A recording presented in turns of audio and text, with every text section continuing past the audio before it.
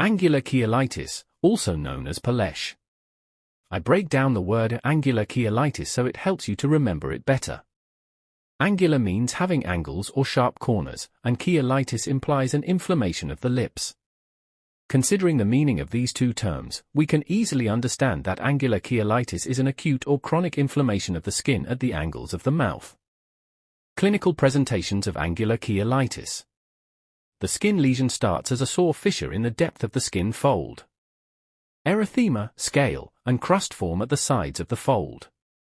These lesions are most often bilateral and may be painful. Risk factors of angular cheilitis. Several risk factors can predispose individuals to angular cheilitis. These include age, nutritional deficiency, disease, medication, and miscellaneous related risk factors. Number 1. Age-related risk factors. Older adults are predisposed to angular cheilitis because of wearing orthodontic appliances, ill-fitting dentures, sicker symptoms, dry mouth, intraoral fungal infection, poor oral hygiene, and age-related anatomic changes of the mouth due to reduced vertical facial dimensions and edentulous state.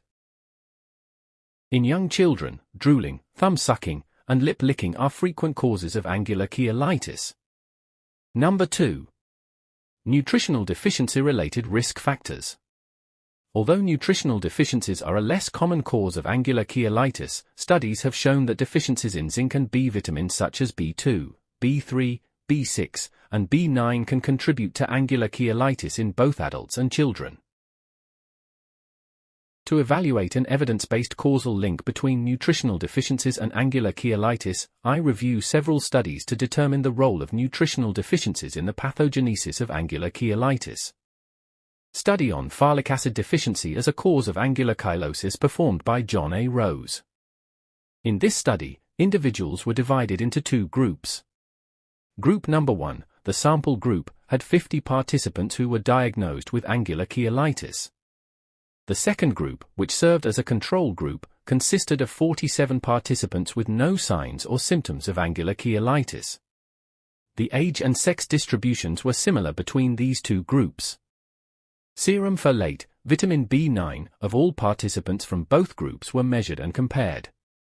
Comparison of data that obtained from Group 1 and Group 2 demonstrated that the mean serum folate level of participants from Group 1 who had angular cheilitis was significantly lower than individuals from the control group.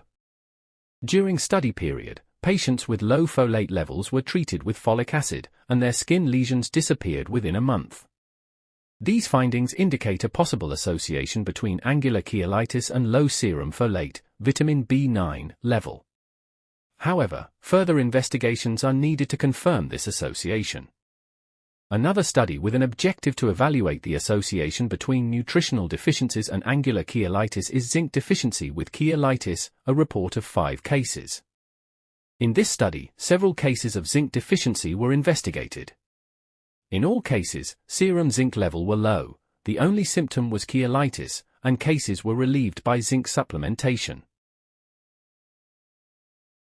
Study authors reported on a possible link between zinc deficiency and angular cheilitis. Zinc deficiency may be overlooked even in cases of cheilitis alone. Therefore, it is important to suspect zinc deficiency as the differential diagnosis in patients with angular cheilitis. Nutritional deficiencies are also an important cause of cheilitis in susceptible populations such as the elderly, celiac disease patients, the malnourished individuals, the mentally ill patients, vegans, and solely breastfed infants not receiving vitamin supplementation.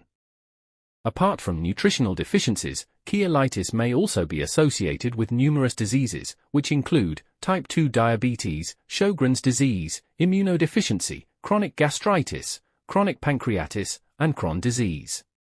Medication associated with cheilitis are those medications causing xerostomia or dry mouth due to lack of enough saliva secretion. For example, isotretinoin and acitretin. Thanks for watching. If you found this helpful, hit the like button and please subscribe to get future video lessons.